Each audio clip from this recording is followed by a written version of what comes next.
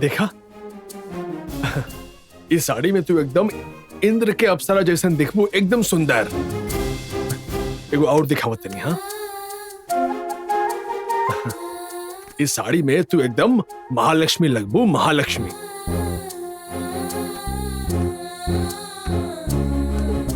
हाँ, ये साड़ी देखा देखा ना, ये साड़ी सुंदर दिखा था ना। अरे का भइल हमके में से एक को पसंद ना आई। का बात है गंगा, हम इतने दूर जाके तारा खातिर साड़ी खरीद के लेके आई नहीं, तारा के एक को पसंद ना आई। हम रउआ से कहले रानी का कि हमके साड़ी चाहिए। रउआ अपन मर्जी से ही लेके आई बानी और रउआ ही पूछा तानी हमके ना पसंद आई।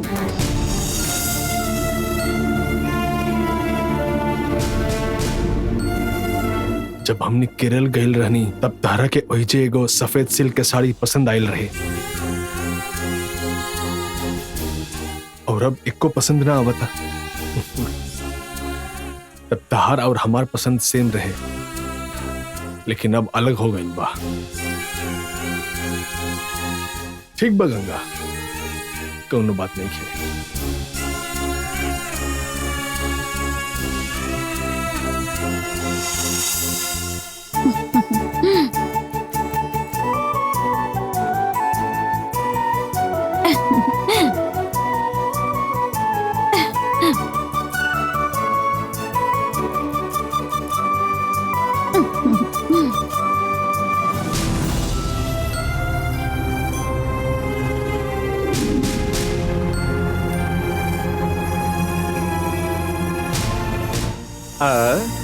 का भइल?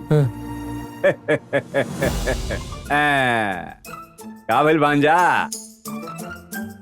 साड़ी लेके आ गईला कि ना? हमार आइडिया काम कर गइल ना? साड़ी देख के तो गंगा खुश हो गइल होई ना? अरुण, साड़ी दिहल तो ठीक बा, लेकिन फूफाजी अयप्पा स्वामी के माला पहनले बड़े, कुछ करे के नहीं खे।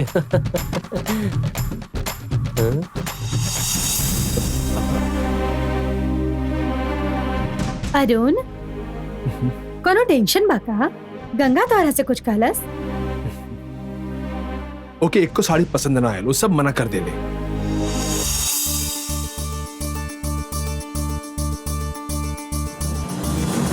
हम तो तोहरा से पहले ही कहनी, तू इनकर बकवास आइडिया सुन के साड़ी खरीदे खातिर कांचीपुरम गईला त ऐसा नहीं होगी। एगो लड़की के का पसंद बा ई लड़की ही समझ सकेले। एकरा बारे में बात कर रहल बाड़ू? हम अपना बारे में बोलतानी। अरुण, हम तोहरा के ना एगो आइडिया देतानी, ठीक बा? नहीं, हमके अब कौनो आइडिया ना चाहिए। काहे ना अरुण, हम जे आइडिया दे वो जरूर काम करी। एक बार सुन त ला, फिर देखिया।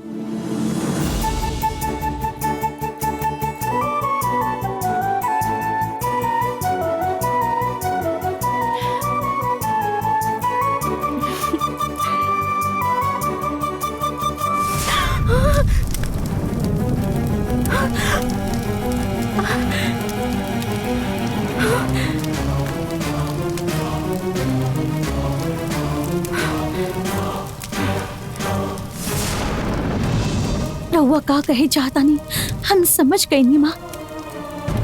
हम किस्ती रूप मिलल बा और हम एगो साधारण स्त्री की तरह साड़ी खातिर लालच कहीं। हमके हमार गलती के एहसास हो गई। अब एकर आगे हम आपन मन के आम औरतन की तरह बह के ना देब, ऐसन फिर ना होगी।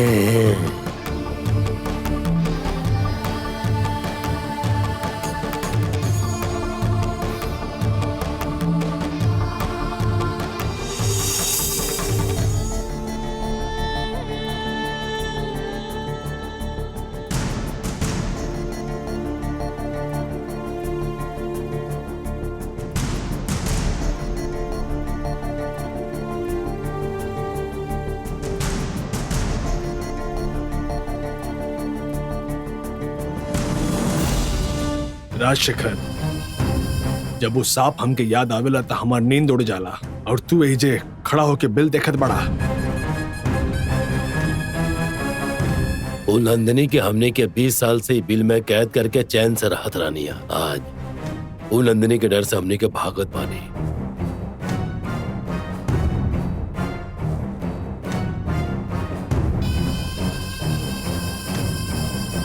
हमार बुलावल भैरवी गंगा बन के ये बिल के पूजा करके सबके विश्वास जितत बिया, और हमनी के जकरा पर विश्वास रहे वो स्वामी जी कहाँ बाड़े कुछ समझ में नहीं खाओ बिच्छू।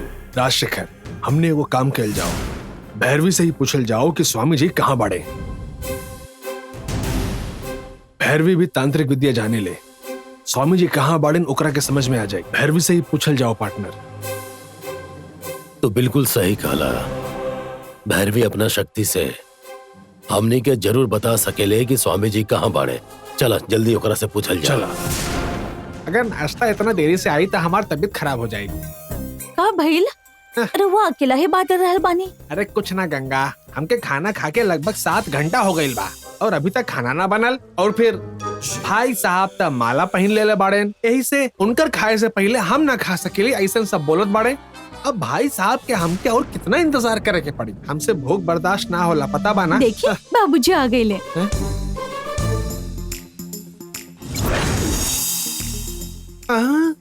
अरे रे, तिरुपति के लड्डू। रउआ खातिर बा। Thank you thank you. भाई साहब आवत बनी, हम ओहिजे छुप के लड्डू खा लेतनी। खा ली।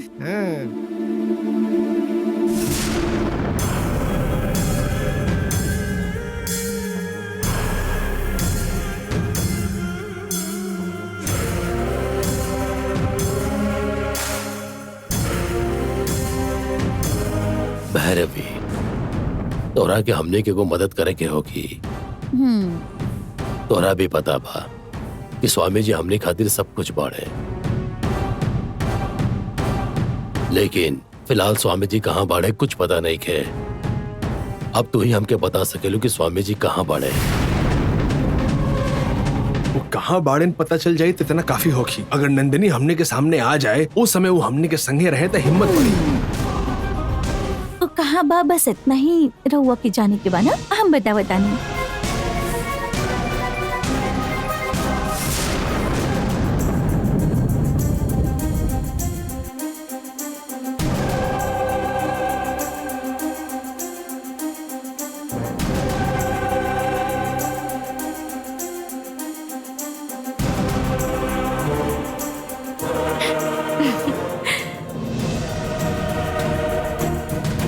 भैरवी, हसत का है बाड़ू? पूछो ना, रउआ के नंबोदरी कहाँ बा इतने जाने के बा कि वो जहाँ बड़े वहाँ जाए के बा। स्वामी जी जहाँ बाड़न ओहिजे हमने के जाए के पड़ी, उनकरा से मिलके हमने के अच्छा लगे। तो फिर रउआ के हमरा साथे आवे के पड़ी। चल 1 मिनट, हम कपड़ा बदल के आवत हैं।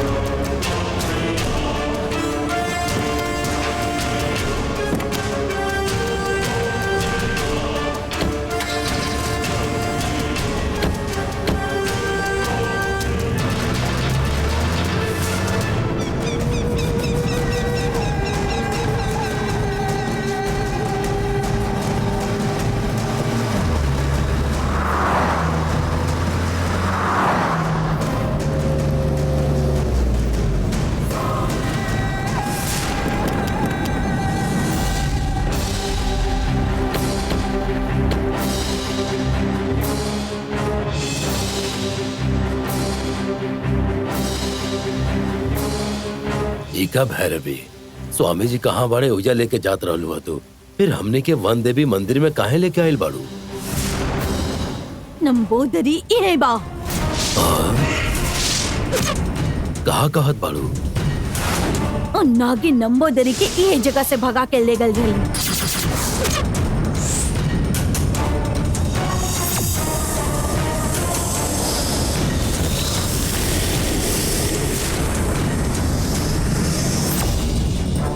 नागिन कहाँ ले गई रहे? आई दिखावतानी वो जगह कहाँ बात दिखावतानी।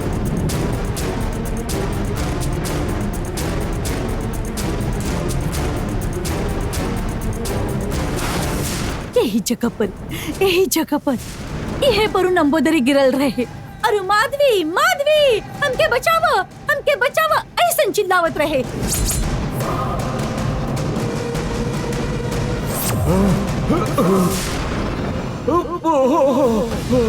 माधवी हमरा के बचा लो। लेकिन नंदिनी नागिन बनके आकर पीछा करत रहली।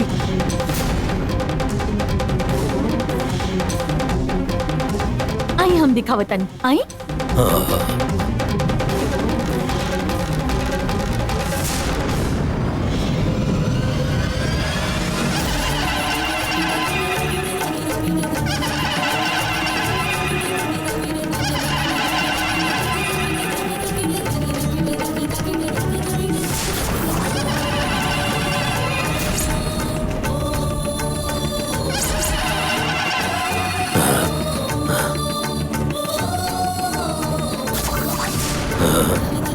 सज्जन के ये दोनों जरूर तड़पी हैं।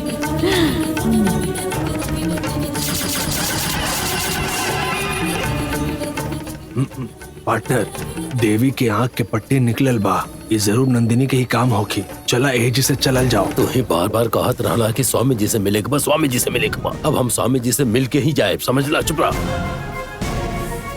अरे भैरवी, हमनी के स्वामी जी से मिले यहाँ आयल बनी और तू देवी से प्रार्थना करता रू। नंबोदरी जौन जगह पर बा वो जगह इहे बा।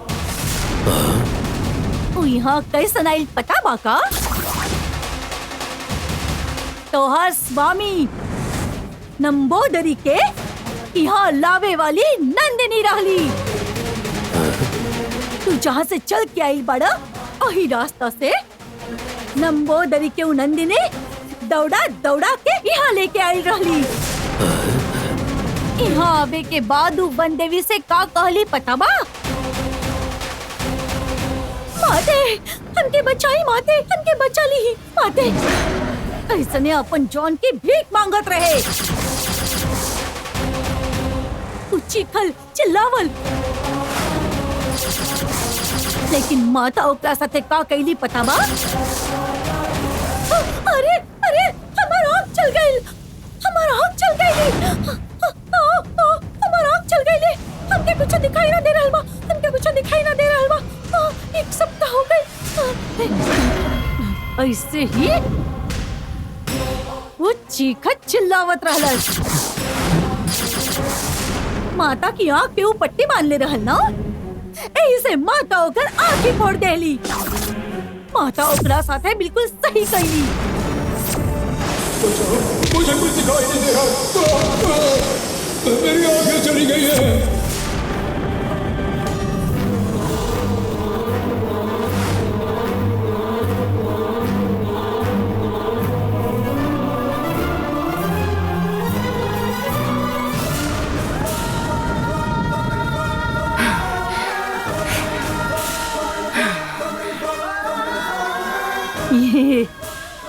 ये जगह पर, ये जमीन में नंबोदरी के दफन कर देले बा। नंदिनी के 20 साल तक वो एगो बिल में कैद करके रख ले रहल। वैसे ही नंदिनी अपन बदला लेवे खातिर नंबोदरी के जमीन में दफन कर देहलस। हमने के डराए खातिर तू झूठ बोलत बाड़ू। नंदिनी स्वामी जी के कुछ न बिगाड़ सकेली।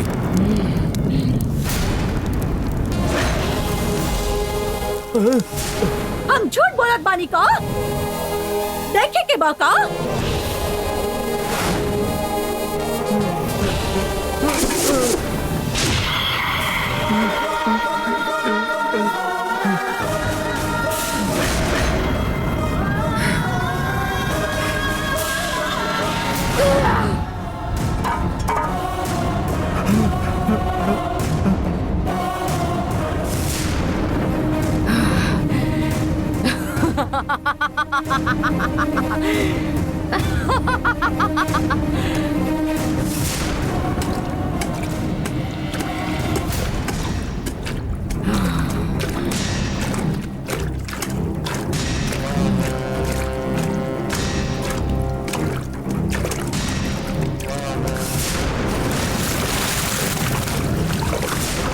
ना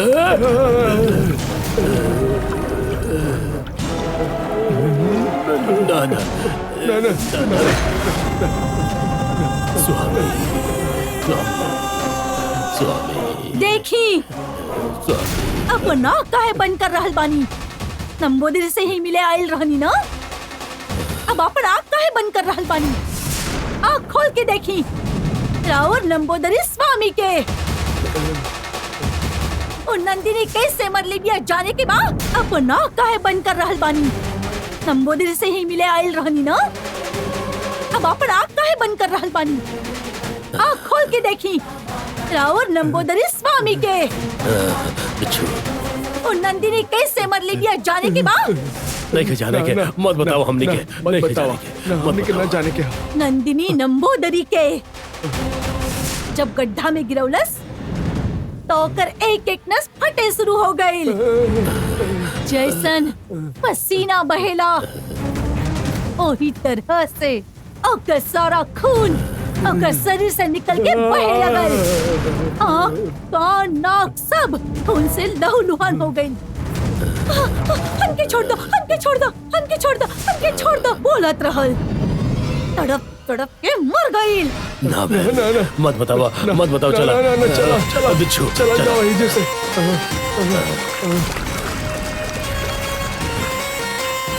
ड्राइवर गाड़ी चलाओ जल्दी चला चला चला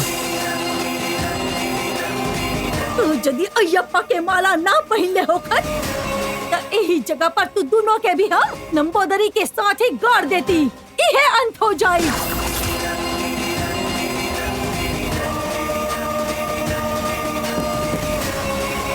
राजशेखर,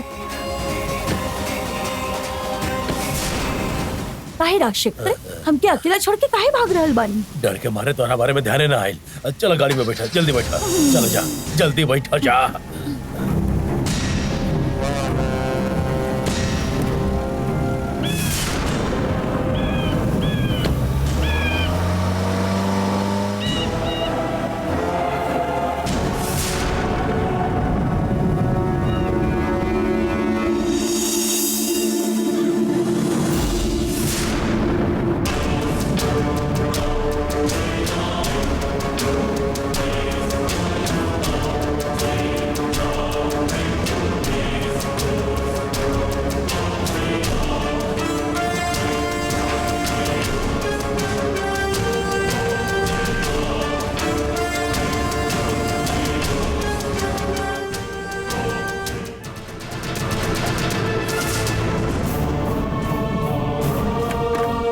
भैया भैया भैया भैया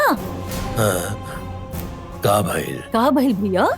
एसी ऑन बा फिर भी रउआ के इतना पसीना आ रहल बा। ना ऐसा कोनो बात नहीं है। रउआ ऐसा डरल काहे लग रहल बानी। हम कहानी ना ऐसा कुछ नहीं है वो सब जायदा। गला में माला होखते ऐसा गुस्सा ना करे की चाहिए। खाना तैयार बा, खाना खातिर आ जाई भैया। तू जा हम आओ तनी। रउआ के खिलावे के बाद ही तो हमने खा हाँ सके। हम क्या बता बा अभी तू जल्दी जा आ यहाँ जा। से जा। ठीक बा भैया।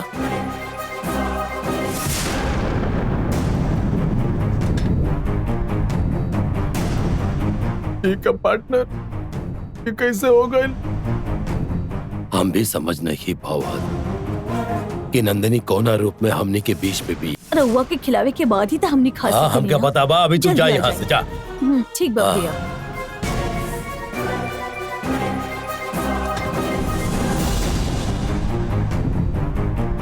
ठीक है पार्टनर, ये कैसे हो गए। हम भी समझ नहीं पावत कि नंदिनी कोना रूप में हमने के बीच में बिया। जरूर स्वामी जी के उहे मर ले बिया। स्वामी जी का ऐसा हल कर देले तो नंदिनी हमनी के का हल करी। नंदिनी अब बदला लेवे के शुरुआत कैले बिया। कुमार के मारे के बाद वो स्वामी जी के भी मार देहलास। अब बचनी सिर्फ हम, तू और माधवी। अब हमनी के का करे के चाहिए। अब हमनी के बचावे के काम सिर्फ स्वामी जी के बहन माधवी ही कर सकीले। वो शिवरात्रि खत्म होखला के बाद ही आई। तब तक हमनी के सावधानी बरते के अलावा कोनो रास्ता नहीं है।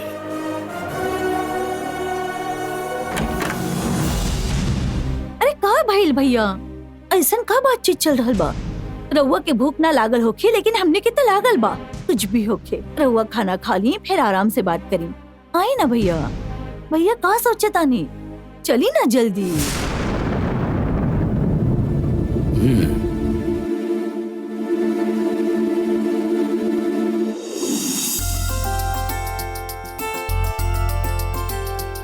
सब राहुल पसंद के बनल बा। आज हम अपन हाथन से शाकाहारी खाना बनवले बानी और वो पेट भर के खाई है।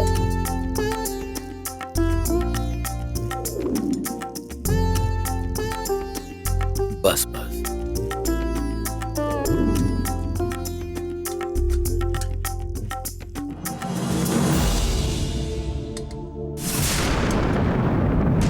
गंगा, वहाँ का कर रहल बाड़ू? सुबह से ही घर के सारा काम हम ही कर रहल बानी। तू ए घर के बहू बाड़ू, का चल रहल बा? चला अब आजा और इनकरा के खाना परोस। चला अब जल्दी करा।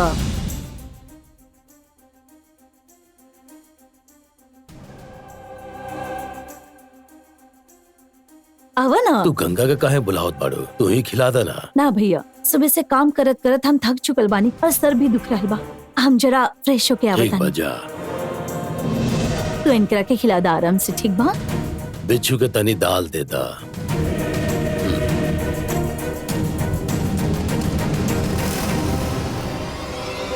हम्म